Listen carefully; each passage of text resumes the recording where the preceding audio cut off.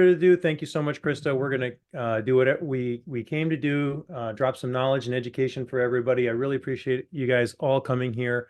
We're going to be talking about essential strategies to improve operations and the member experience. And so, if you've come to learn that, you've come to the right place. I want you to be part of this conversation. We love questions. It's a small, intimate group here of credit union leaders and executives. I've looked at the registrant list, all of you that are here, and I promise you this: if you're writing in the chat, I'm looking at the chat right now, and we will be talking about what if you ask questions or make comments, we'll be addressing your comments live because I'll bring them up. So please ask questions away. Write in the chat. We love participation. So let me, without further ado, let me introduce our guest of honor. You're looking right at him, is Brian Waldron. Look, first of all, he's a fellow twin dad, so I have a lot of respect for Brian. But Brian is also a seasoned credit union leader. Right now, he is CEO of Dort Financial Credit Union. Before, he was Chief Lending Officer at Hudson Valley Credit Union, Chief Lending Officer at Scott Credit Union, and a history of leadership positions at credit unions. Dad of 3 boys, 4 dogs, a loving husband, an awesome human being all around. And I'm proud to call him a friend. Brian, thanks so much for joining. Richard, I appreciate you having me along. Thank you. And thank you for the kind words. Yeah, of course. So here's what we're going to do. I'm going to start this off by going through some statistics that are happening. I don't think that, excuse me, I don't think they'll be a surprise to many people who are listening, but I think you'll learn, you might learn something, or maybe you'll have something to contribute in the chat. So we all know that retail deposits are rapidly shrinking. About 70% of financial institutions indicate increasing deposits as a top priority. We've all seen this. So you're all aware of that. Liquidity is an issue at most institutions. Brian and I in the pre-show, we're talking about that. Auto loan interest rates are driving up the average monthly payment for consumers, and I think, of course, mortgage interest rates are going up, and that's what Acuma is focused on. And then we've seen recently, in the last day or even weeks, we've been seeing rate changes in finally a positive direction. And so you've been seeing a lot of headlines. And so some of those headlines that I put in here is like Fed's holding the rate steady, and they're forecasting 3 rate cuts. And you can see what that does to the average 30-year fixed mortgage immediately, right? You can see it in the graph. I've circled it in red. If you're actually listening and paying attention, please write in the chat how you feel about that. I'd love to hear that. And where, about where you think that's going to go. Another thing, I mean, how does this, Brian, I think before we jump into our first poll, I'd like to ask you, how does this affect you as a credit union leader when you see these kind of things coming out in headlines? Because, members are thinking about this, your team is thinking about this, and where are we going? You have all of these different members with borrowing needs. So I'm going to give you a chance to respond right now. Yeah, so obviously, I think when you start to look at these, types of data points, that you just have pulled up on the screen, panic starts to ensue, right? I mean, liquidity crisis, and you talk about debt to income, members, going into a recession. You talk about inflation. All these things, really start to hit home and how it affects the consumer and especially the member. But it also affects how we do business. But I think the biggest thing that I'm taking away from this is, look, I've been doing this for over 20 years. And so the epiphany I had about, 2 months ago was, the question came up in the boardroom is, when does this return to normal? And I looked at the board of directors and I said, you know what? After about 15 years, this is our return to normal. This is where we need to start operating again, right? The Fed rate at 0% for, 15 years or so is just, it's unsustainable. And so we're coming back into where mortgages are going to be about 5 to 6%. Car loans are going to sit anywhere from 5 to 7%, for your prime borrowers. And I think this is it's been a long road, but it is the return to normal. And so I think your business operations have to start addressing those situations. And how you do that is, simply by educating your members, talking about it, and not creating the panic, right? The other thing you can't do is start talking about when rates go back down. I just don't think it's going to happen. At least that's my interpretation at this point. And I've been wrong so many times in my career, and I'll probably be wrong again. but I do believe this is our return to normal. Nice. That's a good answer. I like that. Return to normal.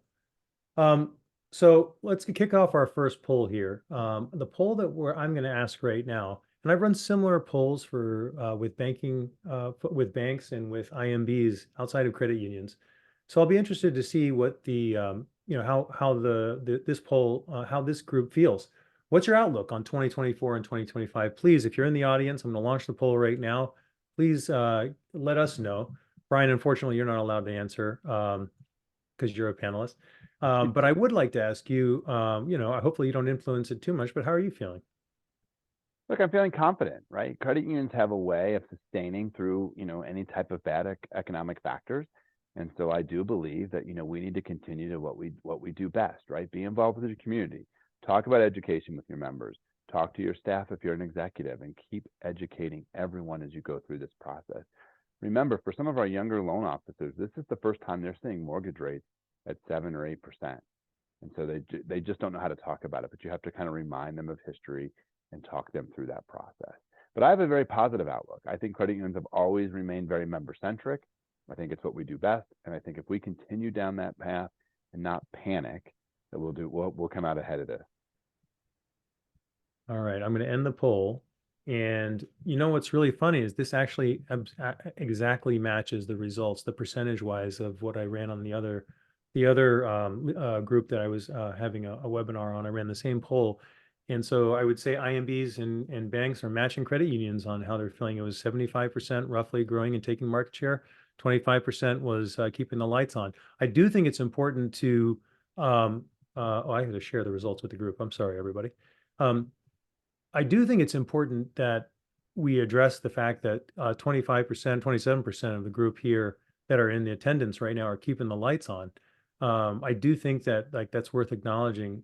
Brian, do any of these results surprise you?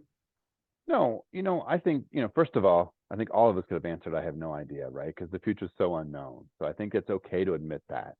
I think the second thing is, look, I think we should have an anticipation of growing and taking on market share. Regardless of your liquidity stance right now, you're going to fight through that, with the accounting teams and your lending teams. You're going to work through those processes and procedures, and you're going to continue to have market share. But there is a component of keeping the lights on, right? And there are some credit unions right now who are simply just trying to fight this liquidity issue, and it's tough, right? And I have a certificate out there right now at 575 for 19 months, or excuse me, 11 months, and we are seeing our dividend expense quadruple what it was last year. So there is kind of that panic mode when it hits ROA, and how are you going to continue to stay afloat and continue offering new products and services and continue doing that as your entire loan portfolio tries to reprice? So, keeping the lights on is a big component, but I think now is the time to continue pushing forward, find a way to lend, find a way to bring in the deposits.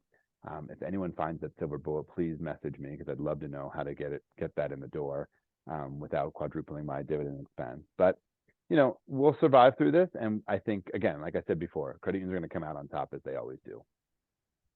I love that ending, the positive note. Excuse me. All right. So let's jump into our first question here, Brian.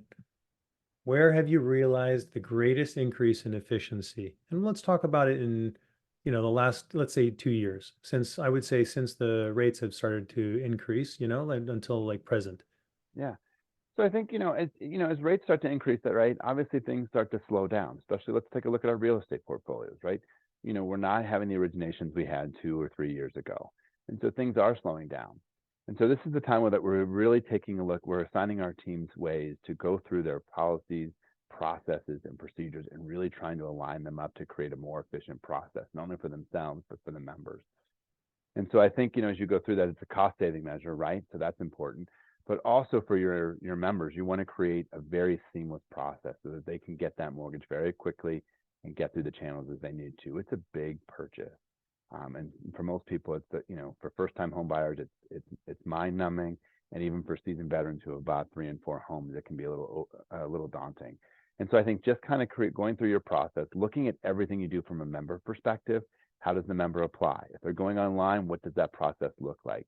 Take the time to really spend some moments in going through that process and looking at it with a fine-tooth comb, and find a way to create that efficiency. Reduce, the touch points if you can.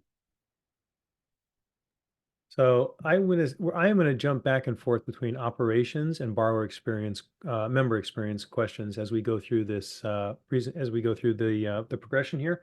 But we are the sponsor, and I do have a quick piece that I am going to actually speak to right now, and that's Truve and what Truve does, and it's because we just talked about increasing efficiency in operations. And everybody bear with me, this will be quick, but I do think it's really important. Right now, savings is king, right? In this kind of operating environment, most credit unions are not breaking records with the number of loans that they're doing, right? And so when you can save cost, you're basically saving the day. It can come down to saving an employee, some of the savings that we're offering some of our credit union clients. So the question is, what can Truve do for your organization? Here's why most organizations are interested in learning more about Truve. We save about 60 to 80% over the work number for your verification. That includes income, employment, insurance, and assets. You can expect about the same performance or better in terms of conversion, and the borrower interface is beautiful, slick, and really easy to use. That's like I said, that's the cost of a few different full-time employees, and we have plenty of credit unions that absolutely love us and are happy to talk to anybody. If you ever want to reach out to us, I encourage you to do it and say that you'd love to talk to our credit union because our credit unions do love us and they're happy to give references. I think the other thing I'll just quickly add is that we got our True was approved by Freddie Mac yesterday. Big day for us. So, I don't know your relationship with Freddie Mac, but if that's important to you, a lot of lenders find it very important. So, it was really important from the feedback we're getting from our customers that now we are an approved AIM provider. So, reach out if that's also relevant to you. Reach out to the True team, tell them you'd like to learn more about that. All right. Brian, I'm going to jump back into your next question.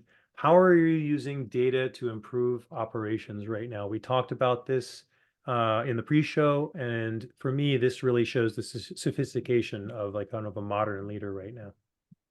Yeah. So when I came on board to Dort Financial almost 2 years ago, we were just beginning our data analytics and pushing value with that department.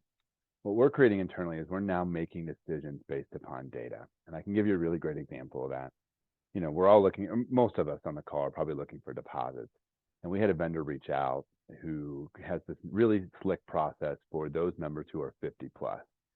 And like many of us, my marketing team said to me, we don't need to worry about those deposits. We already have those members captured. We need younger people. And I said, why don't we instead of just making a statement, let's pull our data analytics team and let's have them look at our 50 plus members and how we're involved in their financial life cycle. What we found actually overwhelmed us. My business intelligence analyst put together about a 7-page review of 50 plus members, and it showed that we were actually starting to trail off in that membership.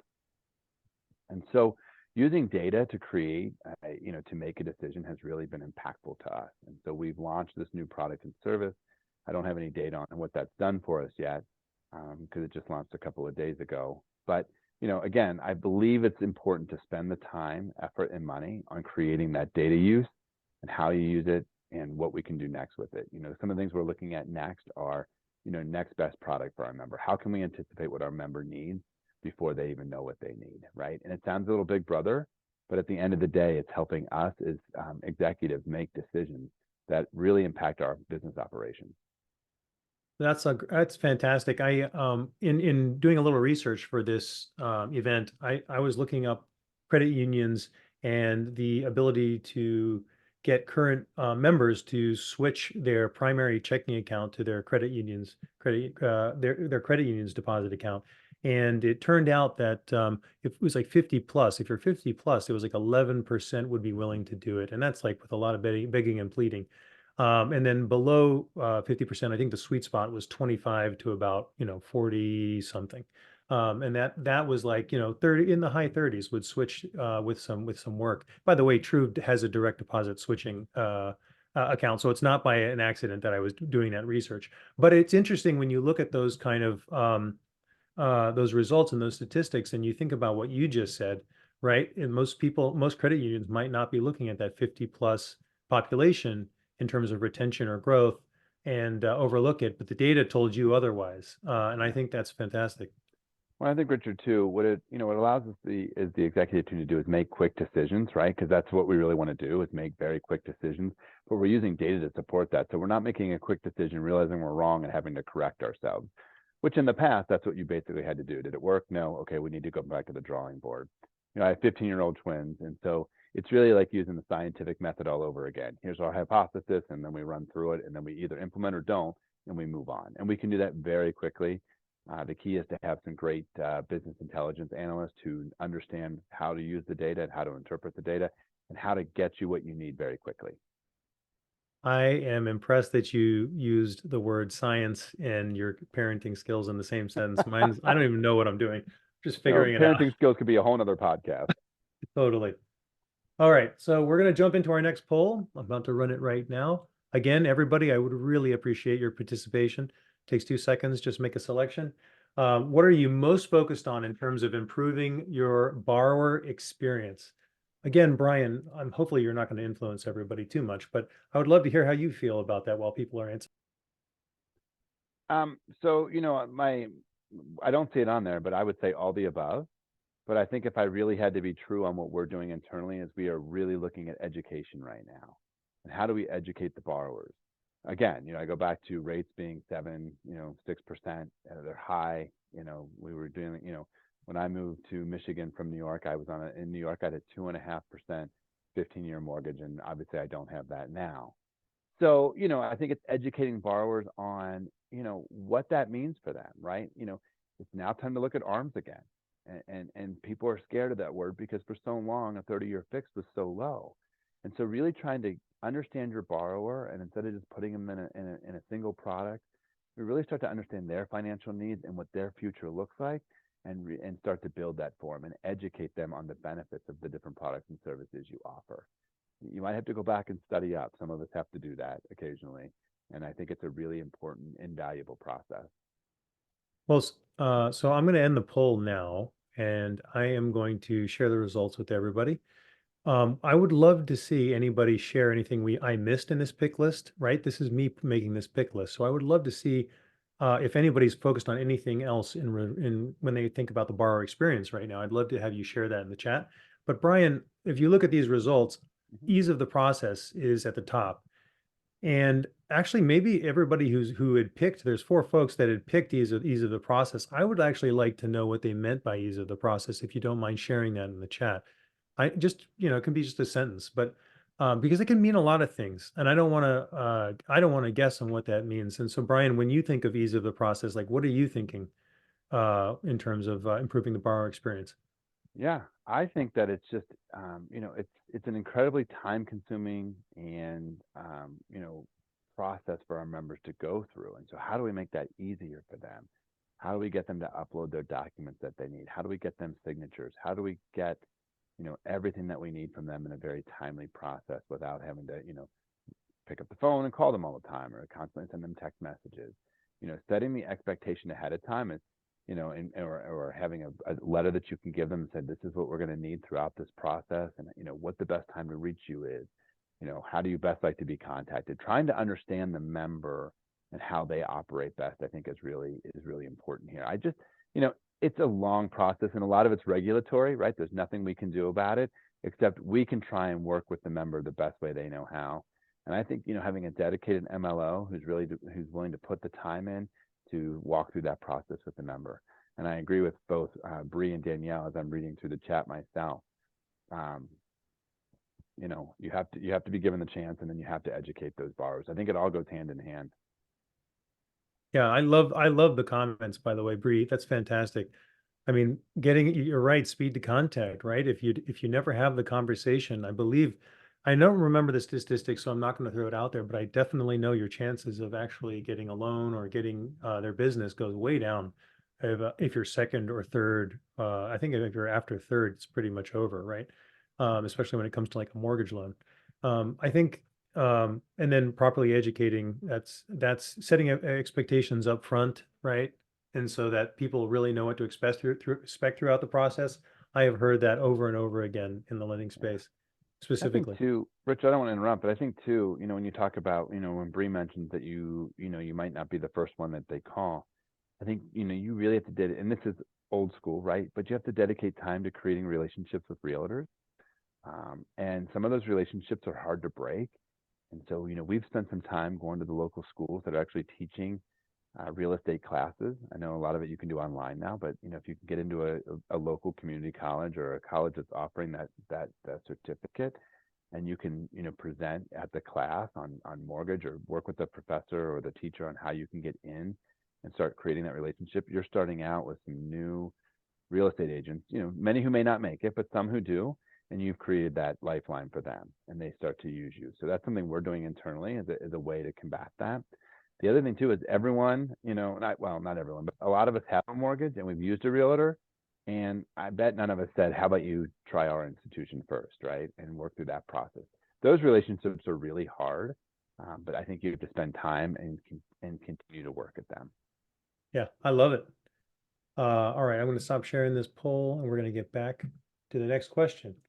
Brian, this one's member experience focused. How can you grow membership and deposit holders in a world where banks seem to have infinite marketing budgets? Yeah. Well, you have to have a great product, right? You have to have a compelling reason for them to come over to the credit union, and it has to be simple. I tell people all the time, I have the best checking account in the state of Michigan. You can earn 6.5% up to on deposits up to $10,000, and you only have to do two simple things. You have to have direct deposit, and you have to either use your debit or credit card for 25 swipes a month. It's that simple. We don't try and overdo it. We don't try and convolute it, but we want people to use their debit or credit card, and obviously we want direct deposit. So keeping it simple, you have to get out in front, right? And you have to understand your market. You have to market it a couple of different ways. We market we advertise the 6%, 6.5%, but we also talk about how they can earn, $650 a year. And then we also have a very just brand-centric marketing campaign where we talk about how we've been involved in the community for 7 years, so we can reach people kind of where they're at. Sometimes it's not even the best product, but you have, I think that's where that brand presence comes in. You have to relate to the community that you're a part of, as most of us do. But, as I drive up, the biggest interstate here in Michigan is probably I-75. It's one of them that goes from Ohio all the way down to Florida and then up through the state of Michigan. And when I first arrived here, everything was talking about product. It was product centric. And to me, there has to be a brand presence. You really have to, be involved with your community, and you have to tell people how involved you are so that they can see that and create that loyalty process. And then suddenly the products will start, then you start to intertwine some products, and some of it, then it will start to come together.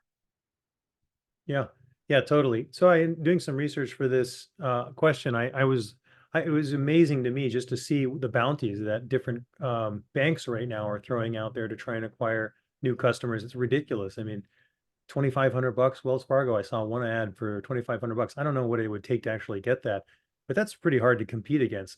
Personally, I go to my local credit union. My mortgage is with them. Tower Federal, they're a great credit union here, local to DC, Maryland, and Virginia. And I can't compare the experience of a Wells Fargo versus my local credit union when I walk inside, and how the branch actually treats me. They treat me like a human, you know what I mean? And they all know me very well, and they're willing to do, like, it's amazing how much they're willing to do to help me.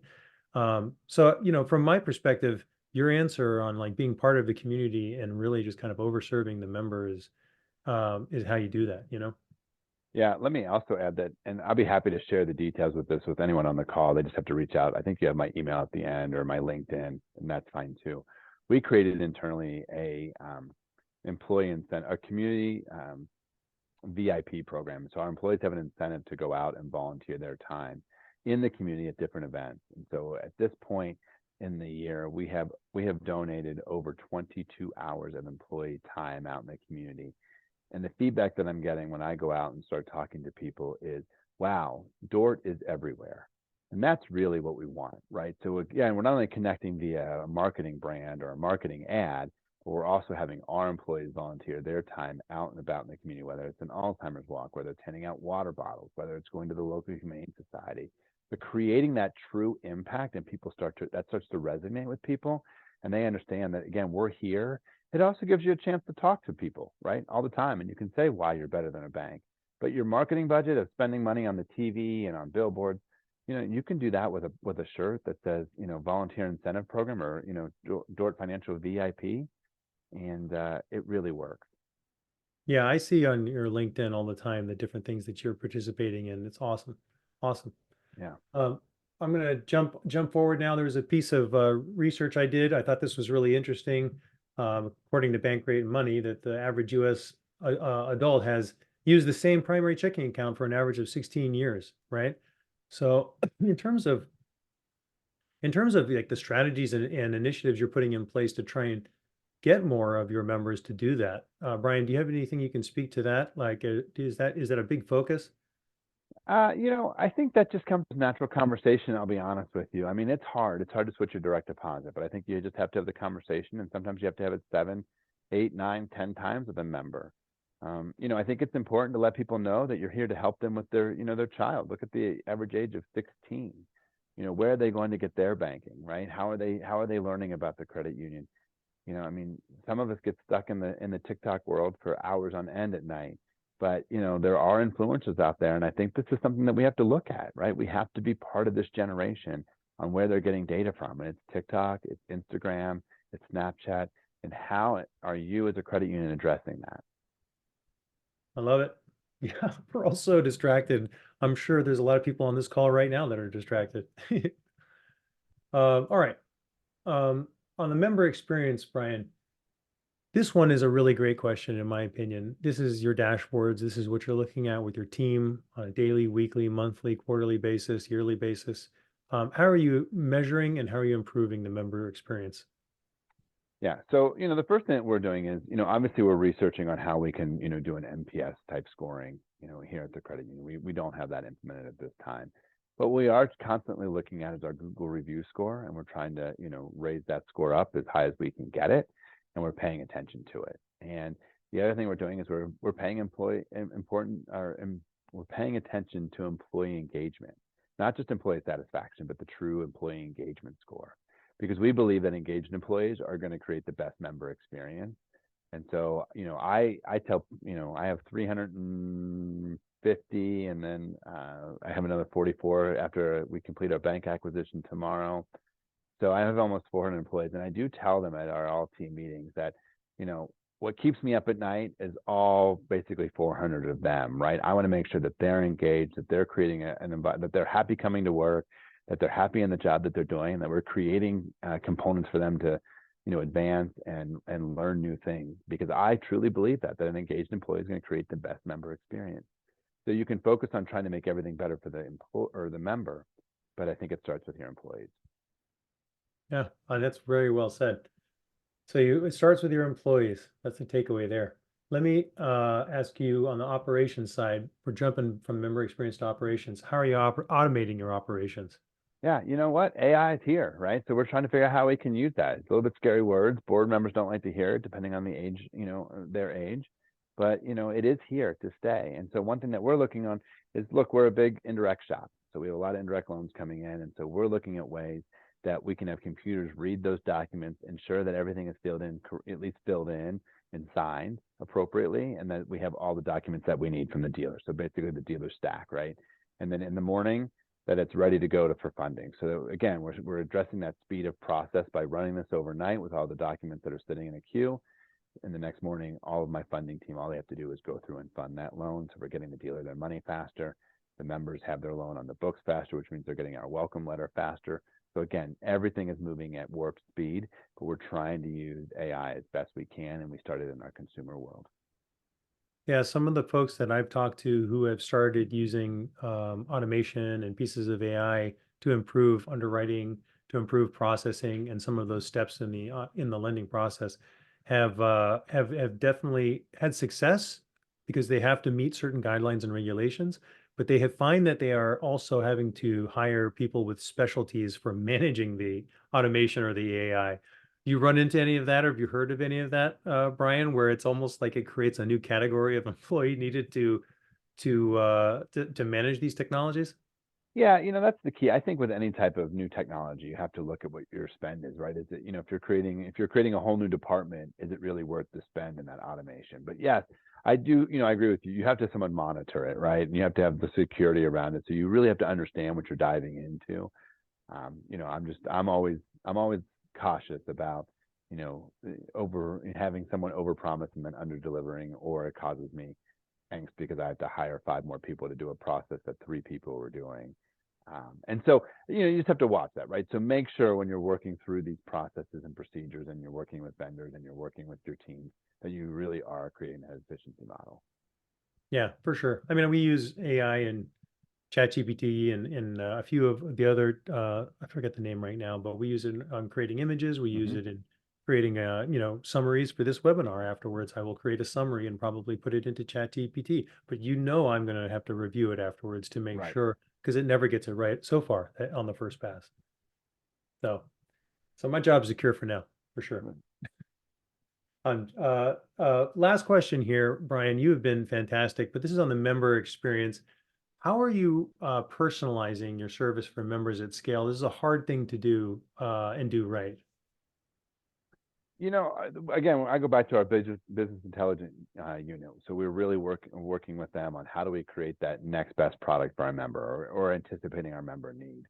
Um, you know, 75% of the time we may get it wrong, and just continuing to look at that process and procedure, look at the data we're reviewing, and just make sure we're trying to get it as right as possible.